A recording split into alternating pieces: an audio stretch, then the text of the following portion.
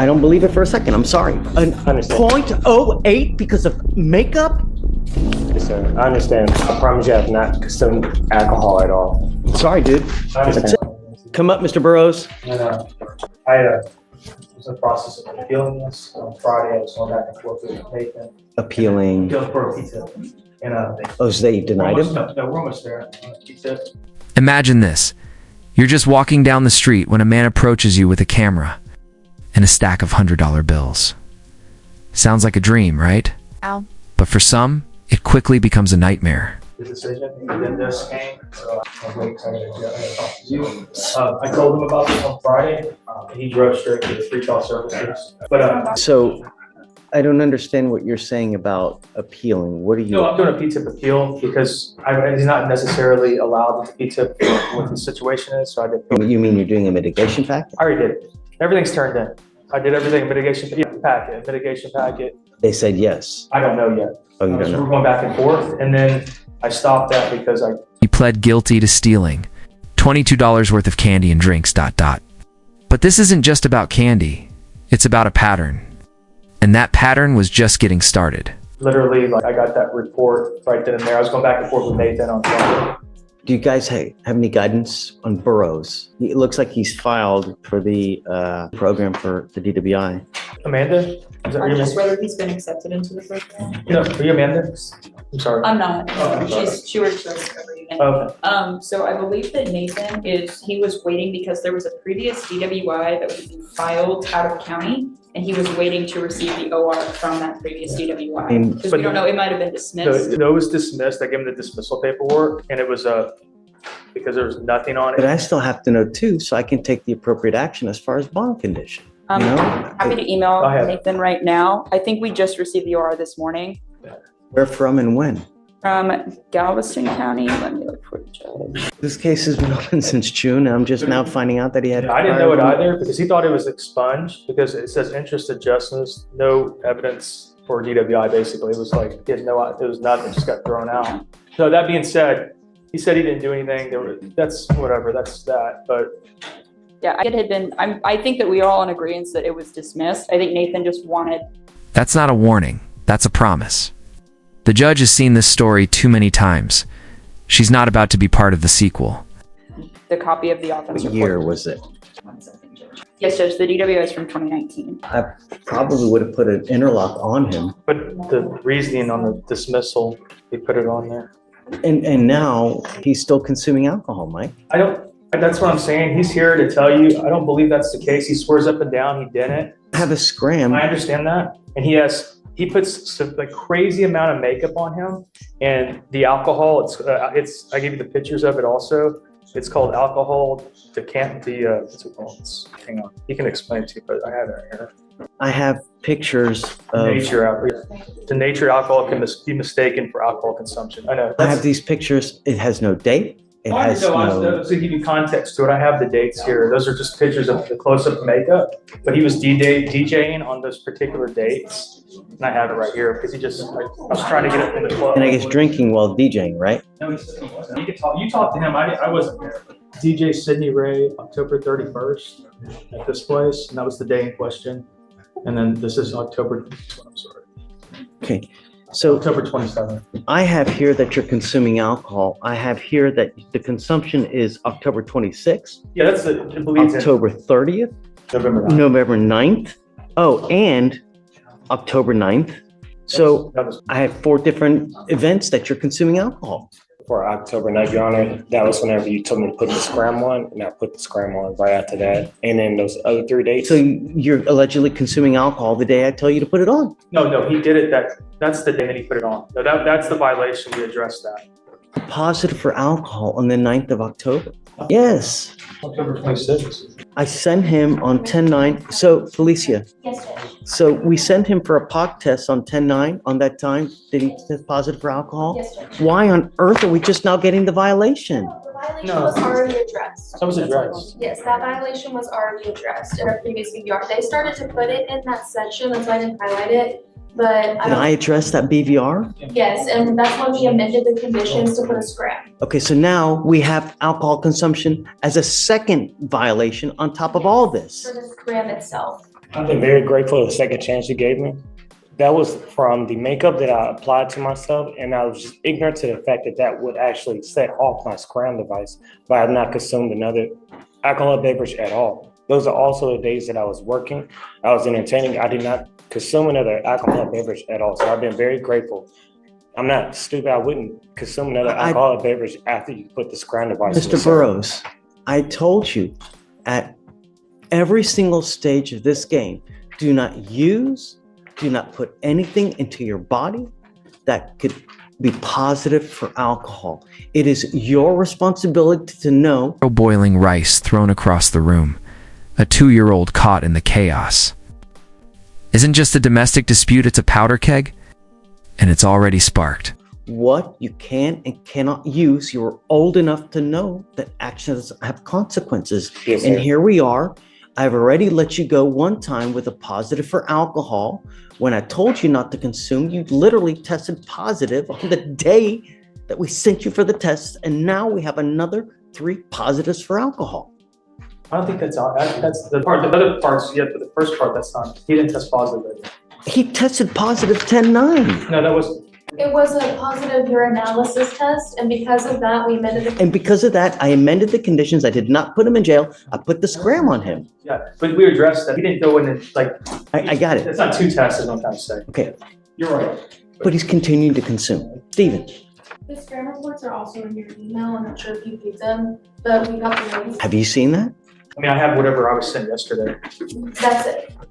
I'm sorry, Mr. Bros. What am I supposed to do? Just let you go again? No, sir, I'm not asking to, and I did not consume any alcohol. It was just yes, sir. The products that I put on, and I just was not aware that that was set off that.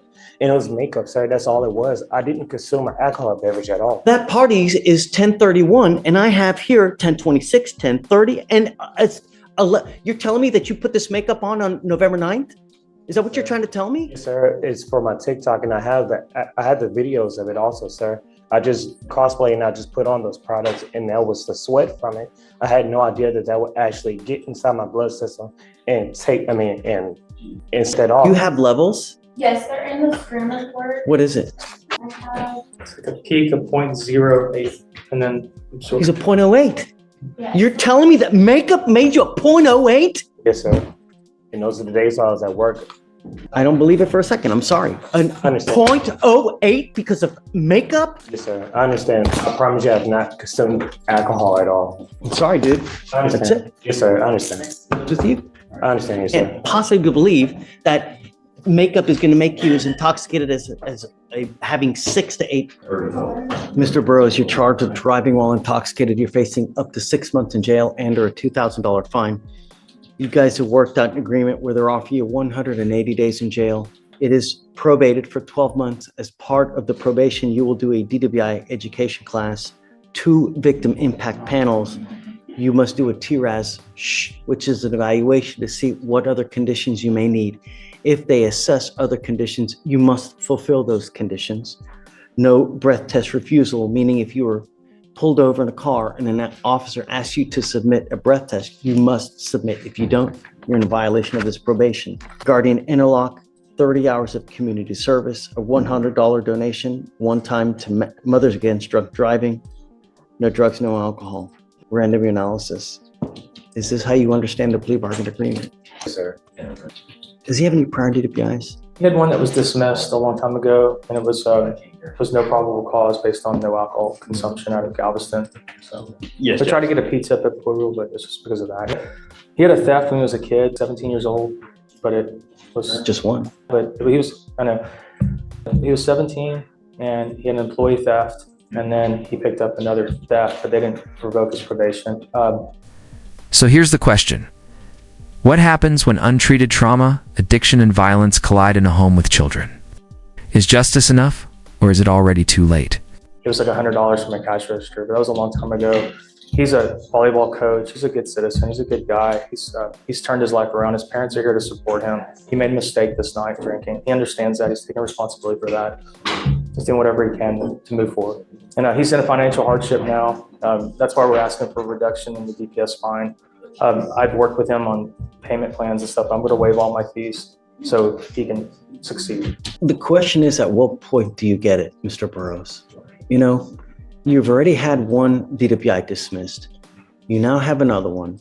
While you're on bond, you have bond violations. So for you to come here and tell me that you've changed and that you're a different person and this and that, goes in one ear, goes out the other. I don't believe it. Actions speak louder than words.